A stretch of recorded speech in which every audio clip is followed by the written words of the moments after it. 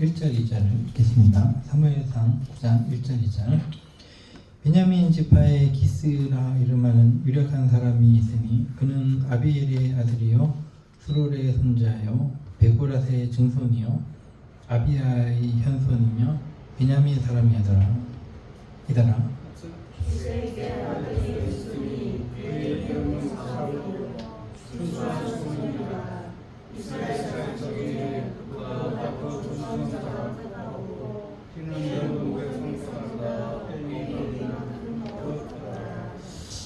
아멘. 오전에 우리가 이스라엘 사람들이 하나님께 왕을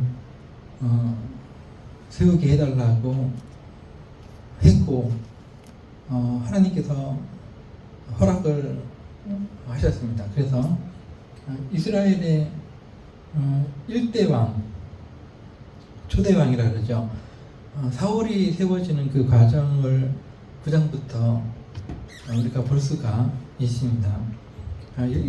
이스라엘에는 12지파가 있습니다. 그 중에서 사실은 베냐민 지파는 가장 작은 지파였습니다. 왜냐하면 그 전에 역사적으로 보면은 어떤 사건이 있었고, 우리가 사사기를 읽어보면 알 수 있습니다. 사건이 있었고, 베냐민 지파가 거의 죽임을 당하고 600명만 남자 600명만 살아남았습니다. 그래서 겨우겨우 이제 명맥을 유지하고 있었던 지파가 베냐민 지파입니다. 그런데 그 베냐민 지파에서 왕이 나왔다라는 것은 어떤 복잡한 의미가 있을 수 있습니다. 당시에 가장 강력한 유다 지파라든가 에브라임 지파 이런 지파들이 있었지만 그런 큰 지파들이 왕을 낳게 된다면 서로 알력이 생길 수도 있고, 그래서 가장 작은 지파인 베냐민 지파에서 왕이 나오면 큰 지파들 사이에서 서로 조정을 할 수 있으니까 그런 이유가 있었을 수도 있습니다. 여하튼간에 하나님께서는 베냐민 지파 중에서 사울이라는 사람을 선택하셨습니다. 그가 어렸을 때 부름을 받았을 때는 준수한 소년이었다. 2절에 보니까 이 사람 사울은 준수한 소년이었다.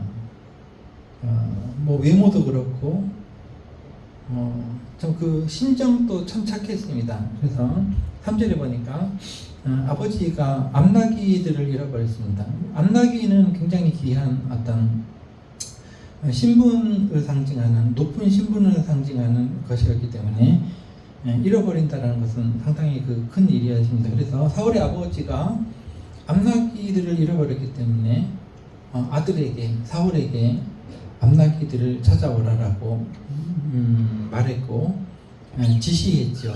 분부했고, 그래서 사울은 이때 당시 상당히 순수하고 착한 사람이었습니다. 그래서 아버지의 말씀에 순종해서 그 암나기들을 찾으러 4절에 보니까 에브라임 산지와 살리사 땅으로 두루 다녀보았으나 열심히 찾았다는 얘기죠. 아버지 말씀에 순종했습니다. 그리고 찾지 못해서 살림 땅으로 두루 다녀보았으나 계속해서 찾았다는 얘기죠. 그곳에서 없었고, 또 베냐민 사람의 땅으로 두루 다녀보았으나 이 3번 반복된다는 것은 엄청난 어떤 반복되는 어떤 순종을 의미합니다. 그러니까 이 사울은 어렸을 때는 굉장히 좀 순수하고 순종적이었던 사람이 틀림없습니다. 그 다음에 5절에 보니까 효성도 이 사람이 참 지극해서 며칠 다니다 보니까 아버지가 걱정하실 것 같아요. 자기가 암나기를 찾지 못하고 집에 빨리 돌아오지 않으면은 아들이 어떻게 무슨 변을 당했는지 모를까, 그렇게 걱정을 하실 수도 있다. 그래서 5절에 보니까 돌아가자. 그만 찾고 아버지가 암나기들을 찾아가지고 오라고 하셨지만 우리가 성과가 없었지만 어쩔 수 없이 돌아가자. 왜냐하면 내 아버지께서 암나기 생각은 고사하고 우리를 위해서 걱정하실까 두려워한다. 효성이 지극하지 않습니까? 그래서 이제 6절부터 보면 드디어 이렇게 준수하고 효성이 많고 마음이 착하고 순수한 사울이 사무엘을 만난 과정이 나옵니다. 사무엘을 만나서 사무엘이 왕으로 이렇게 지명을 하는 내용이 나오는데 그 내용까지는 시간이 없어서 다 보지 못합니다. 우리가 지금 주목해야 될 것은 사울이 이처럼 왕이 되기 전에는 효성이 짙고 아버지에게 순종적이고 순수하고 열정이 있고 열심이 있고 그리고 하나님을 두려워하는 또 선지자 사무엘을 대하는 태도 자체가 우리가 빈손으로 사무엘 선견자 앞에 갈 수 없다. 나에게 예물이 없다. 어떻게 사무엘을 만나러 갈 수 있겠냐 그런 말이 나옵니다. 7절에 보니까 하나님의 사람에게 드릴 예물이 없다. 이 말은 굉장히 순수하고 착한 말입니다.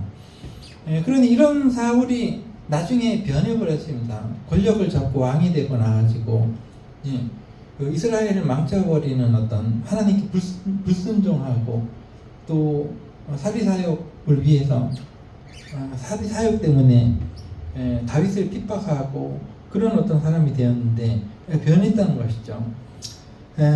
오전에 우리가 기도해 주신 우리 김종구 집사님의 기도를 우리가 잘 들었는데요. 그 내용 속에 이런 말이 있습니다. 아담과 하와를 하나님께서 자기의 형상대로 지으셨는데 그러면은 하나님의 형상대로 남자와 여자를 지었으니까 남자 성격을 가진 하나님 아버지가 있고 그다음에 하나님 어머니도 있어야 된다. 하나님의 형상대로 지었으니까 하나님의 어머니도 있어야 되는데 여기에 대해서 우리가 신경을 많이 못 쓰고 있다. 이렇게 말씀을 하셨는데 여러분 그 말에 대해서 좀 의아하고 이게 어떤 말인가라고 궁금해하시는 분들이 있어서 제가 간략하게 설명을 드리겠습니다. 안상홍이라는 분이 있었습니다. 1918년생인가요? 일제시대 때 태어나서 안식일 교회 처음에 아주 신실한 성도였습니다.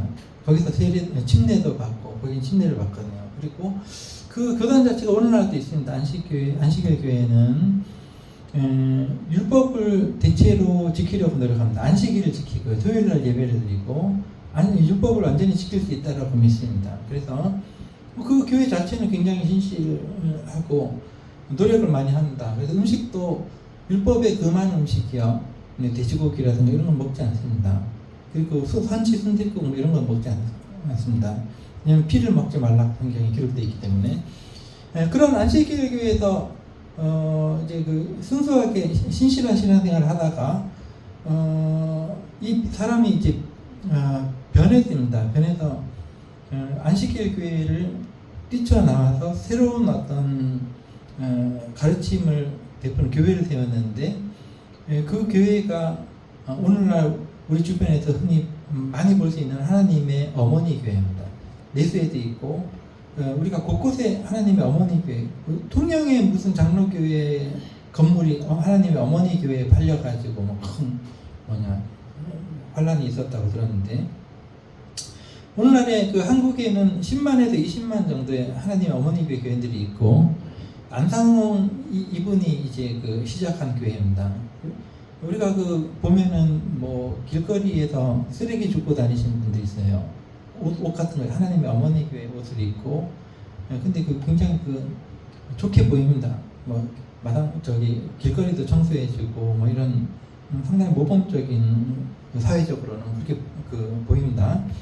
근데 이번에 나와서 어떤 말을 했냐면 예수님이 이제 지금 승천해서 하늘에 계신데 이 세상에 내려왔다라는 겁니다. 다시 재림을 했다는 거예요. 다시 재림이라는 것은 다시 제자, 다시 이 말. 이 세상에 다시 나타났는데 바로 자신이라는 겁니다. 안상홍 자신이 하나님의 재림 예수라, 재림 예수. 그 다음에 부인이 있는데 하나님 아버지 하나님이 있으면은 하나님 어머니 하나님도 있어야 된다. 그 부인 장길자 씨가 하나님 어머니 하나님이라는 거죠. 그래서 지금 안상홍 씨는 돌아가셨어요. 1985년에 그 돌아가셔서 지금 무덤에 계십니다. 양산 어딘가 그 무덤이 있고 지림 예수 안상홍 이렇게 그 묘비명에도 써져 있는 걸로 제가 알고 있는데 돌아가시고 부인만 이제 남았는데 부인이 하나님 어머니로 이제 초항을 받아서 오늘날에 뭐 나쁜 일을 하는 교회는 아닙니다. 상당히 뭐 긍정적으로 사회에 기여도 하고 괜찮아요. 사회적으로 보면은. 근데 이게 그 기독교인들의 기존 기독교인들에게는 받아들일 수 없는 어떤 그 교리이기 때문에 하나님 어머니 생각하잖아요, 그죠? 그래서 우리 기존 기독교는 그 거리를 두고 있습니다. 이단으로 규정하고 그렇게 있습니다. 그래서 여러분들이 일과 제가 이거 잘 모르면은 딱 들었을 때 이게 뭐지? 하고 의아할 수 있습니다. 그래서 제가 간략하게 그 부분에 대해서 말씀을 드렸는데 이 안상홍 씨는 원래는 신실한 아주 안식교회에서 교인이었습니다. 그러다가 어느 순간인가 이게 변해가지고 어떤 그 우리가 흔히 얘기하는 이단이라는 교회를 창설하는 그런 사람이 돼 있고 이게 어떻게 하다 보니까 이렇게 된 건데 우리의 신앙도 마찬가지라고 생각합니다. 우리가 순수하게 시작했으면은 점점 세월이 지나갈수록 우리가 겸손해지고 더 우리가 무릎을 꿇고 더 우리가 그렇게 익은 벼일수록 고개를 숙인다는 말 있죠.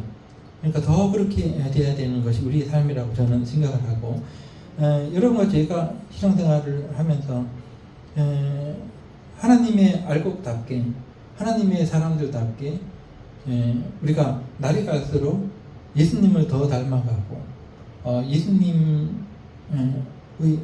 더 순수한 더 순결한 그런 어떤 신부 그런 어떤 종 예수님의 사람들이 되는 여러분과 제가 되기를 기도하겠습니다. 기도하겠습니다.